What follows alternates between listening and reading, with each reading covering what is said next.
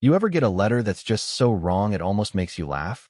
That was me, standing on my porch in faded jeans, mug of coffee in hand, staring at this hot pink envelope taped to my front door like some kid's prank. Glitter sunflower sticker, swirling handwriting, and inside, get this, a $500 fine for violating HOA Code 7.3. Except, here's the punchline. I don't live in an HOA. Never have, never will. That's the whole reason I bought this little ranch on Maple Ridge. Quiet street, big porch, no one breathing down my neck about the color of my mailbox. Or so I thought.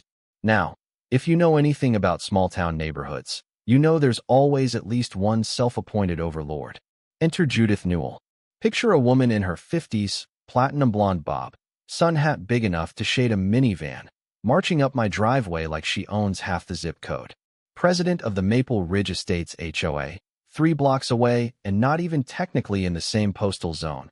But apparently, my wraparound porch was visually connected to her empire. Yeah, that happened. She corners me one morning while I'm loading lumber. "You'll need to remove that pergola," she says, pursing her lips at my handiwork like it's radioactive waste. It doesn't match approved exterior materials. I'm still wiping sawdust off my hands, trying to remember the last time I signed anything with this lady's name on it. I tell her, "Ma'am, I'm not in your HOA." She points to the curb. "You use our street. That makes you subject to our standards."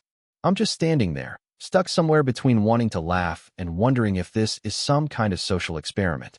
But Judith wasn't bluffing. 3 days later, I get slapped with a civil complaint. Small claims court. She's suing me for $500 and demanding I repaint my garage door and, get this, reconsider my landscaping choices for community cohesion. You know what I mean? If it wasn't so infuriating, it'd be hilarious. But here's the thing. I'm a carpenter.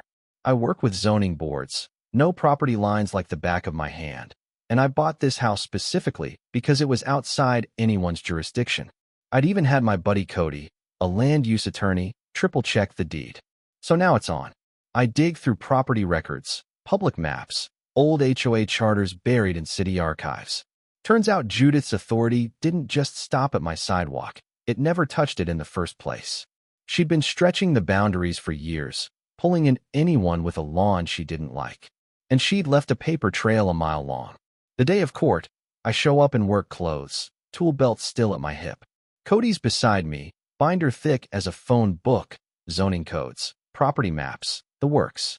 Judith's got her little entourage. One guy so slick he looks like he fell out of a car commercial, another shuffling a folder like it's classified intel. The judge, bless him, barely glances up. Judith launches into her spiel, citing visual integrity and community standards like she's arguing a Supreme Court case. Judge asks the question, "Is the defendant a member of your HOA?" Judith. "Not formally, but the charter extends conditional authority." Cody leans in. "She just made that up." No kidding. I lay out my evidence, property deed, official county maps, even the expired charter. And then the ace, video footage of Judith and her board trespassing on my lawn, tape measure in hand. Judge frowns. Trespassing, unauthorized fines, collecting money from folks who never signed up for the HOA? Suddenly, things get very quiet. The judge doesn't just toss the case. He refers it to the county and the DA for fraud and deceptive practices. Judith's jaw clenches so hard I'm surprised she doesn't chip a tooth. That was just the beginning. Turns out, Judith had been issuing fake fines, collecting thousands from buffer zone homes that technically weren't in the HOA. The money? Paid for a fancy patio at her place and a landscaping job for her VP. I'm talking real neighborhood mafia energy. Marisol, 2 doors down, nearly cried when I showed her the paperwork. She'd taken down her kid's swing set because Judith threatened her with a lien. People started talking, really talking, for the first time in years. Homeowners banded together, filed a civil suit. County investigators pulled receipts for everything. Mailboxes, garden gnomes, you name it. Even found a backyard shed tagged non-compliant in white spray paint, traced the can to an HOA ledger. Within a month, the DA was neck-deep in fraud charges. 2 board members resigned, and the third tried the classic, "I knew nothing." But the emails told a different story. The whole HOA dissolved overnight.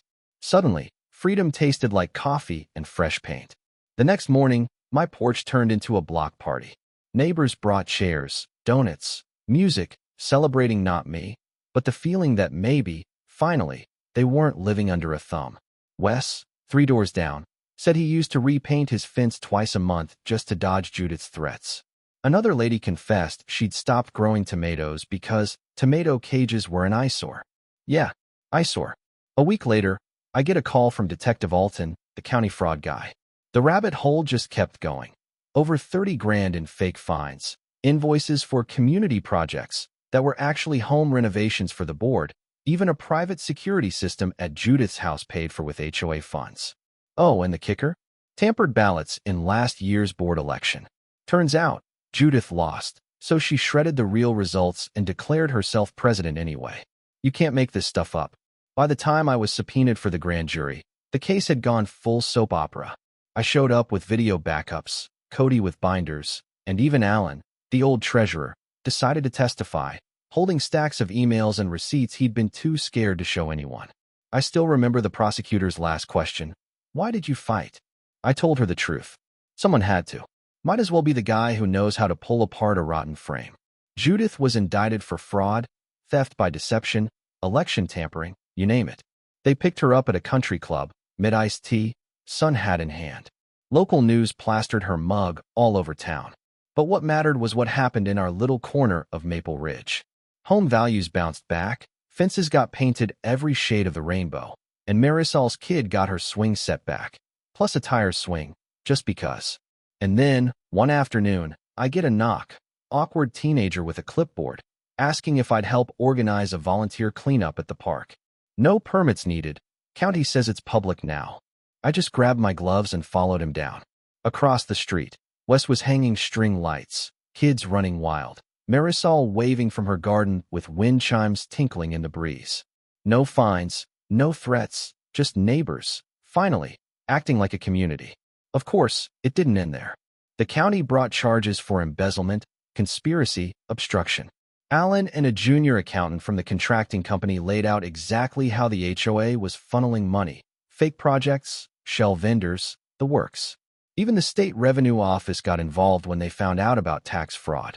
$85,000 misappropriated, restitution on the table, and a countywide audit on every HOA that smelled even a little fishy.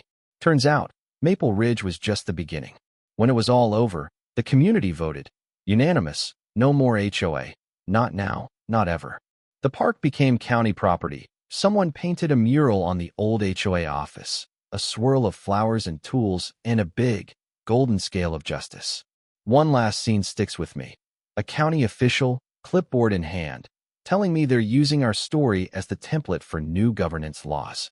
Judith didn't invent this, she said. She just got caught first. Now, every evening, I sit on that porch, cold drink in hand, watching the sun slip behind the pines. I kept every letter Judith ever sent, tucked away in a box, not out of spite, but as a reminder. Because the next time someone tries to take what's not theirs or rule by fear, I want to remember exactly how it started and exactly how we ended it. So let me ask you, where's the line between community and control? When does order cross over into abuse? Drop your thoughts below. Have you ever dealt with an HOA nightmare or fought back when someone pushed too far? Because sometimes, the only way to fix what's broken is to pick up the hammer yourself.